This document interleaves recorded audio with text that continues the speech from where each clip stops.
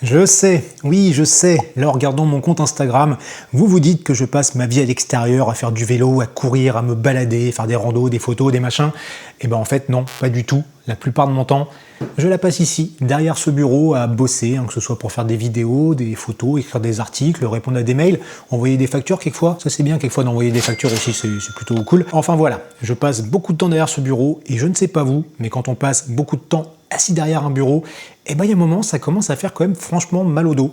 Et moi, je suis pas passé à travers, il y a un moment où j'en avais marre. Et donc l'année dernière, déjà, j'ai investi dans ce fauteuil, qui m'a coûté un petit peu de sous, mais qui a déjà grandement amélioré les choses, mais ça n'a pas suffi. Du coup, cette année, j'ai passé encore un nouveau cap. J'ai acheté autre chose. Attention, vous êtes prêts? Bureau motorisé. Et ça, je peux vous dire que ça m'a changé la vie. Je vais vous montrer un petit peu comment ça fonctionne, et puis après je vous en reparle et tout, et je vais même vous montrer encore un autre truc qui m'a bien changé la vie aussi.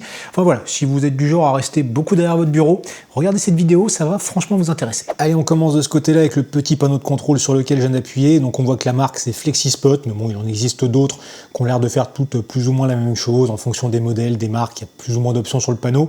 Enfin bon, celui-ci, il a un petit écran là qui m'indique la hauteur en centimètres, donc quand j'appuie sur les boutons haut et bas, ça monte ou ça descend le bureau. Ensuite, j'ai 3 boutons, donc 1, 2, 3 pour mémoriser des positions. Donc là, j'ai une position assise, une position debout, et là, j'ai rien mis parce que je suis que assis ou debout en fait.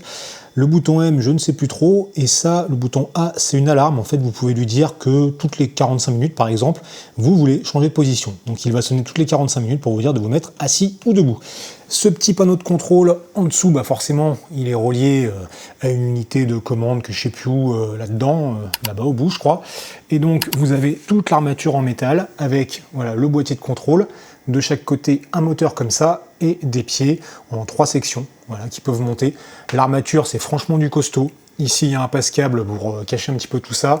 Les câbles aussi, là, j'ai mis du gaffeur pour les maintenir, pour éviter que ça pendouille. Du gaffeur et des petits trucs velcro comme ça pour les regrouper. J'ai trouvé ça sur Amazon en pack 200, ça coûte pas bien cher, je vous mets le lien dans la description, comme pour le reste en fait. Et j'en ai utilisé aussi ici pour les câbles des différents trucs sur le bureau.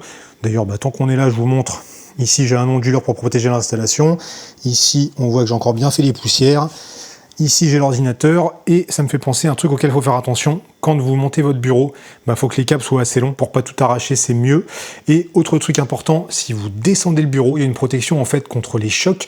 Donc s'il y a un obstacle avant que le bureau n'atteigne sa position basse, il s'arrête et il va le remonter un petit peu. Autre truc qui est pratique, là dont je vous ai pas encore parlé, là derrière j'ai fixé une multiprise en fait, déjà pour brancher le bureau, histoire de l'alimenter, et aussi pour pouvoir brancher d'autres trucs. Et d'ailleurs tout ce que je branche par ici, donc notamment sur l'onduleur, je mets des petites étiquettes. Ça c'est la petite astuce toute bête, peut-être que vous faites déjà.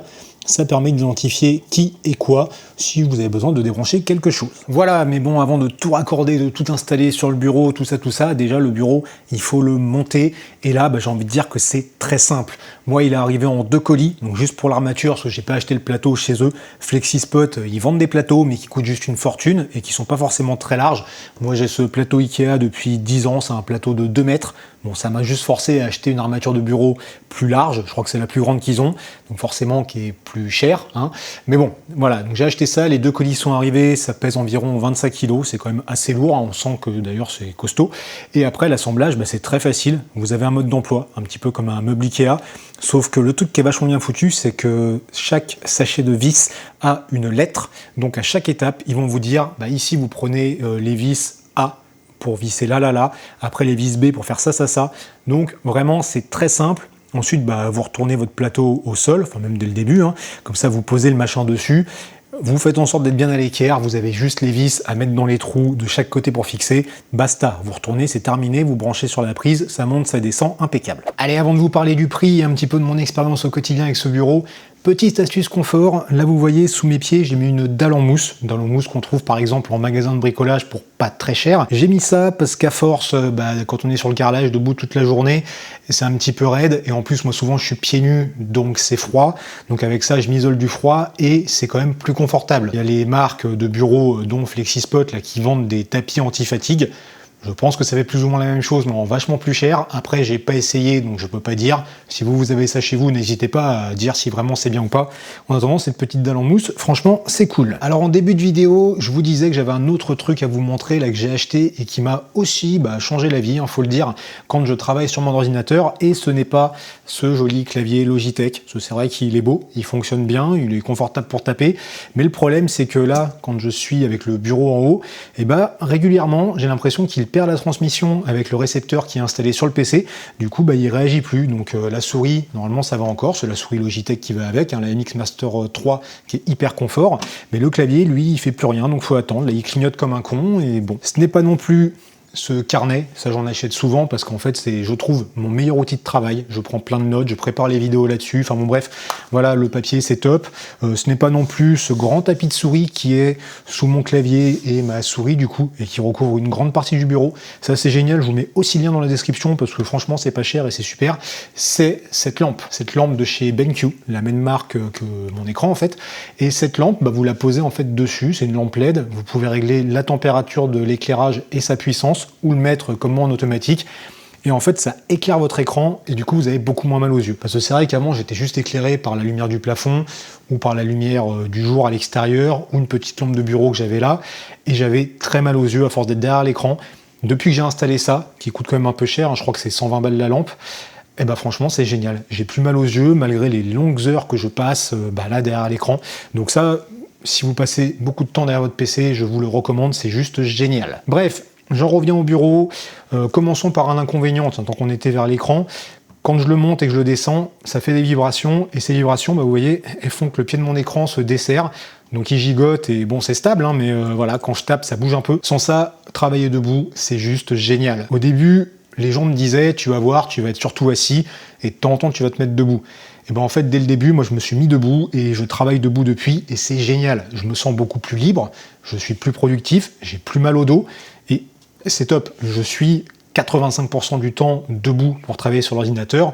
Le reste du temps, si je suis assis, ça va être peut-être pour mater une vidéo, le matin quand je prends mon café en tapant un mail, enfin ce genre de truc. Mais sinon, je reste debout. Vraiment, ça m'a changé la vie. Je me sens beaucoup mieux. Entre la lampe et ça, c'est le top.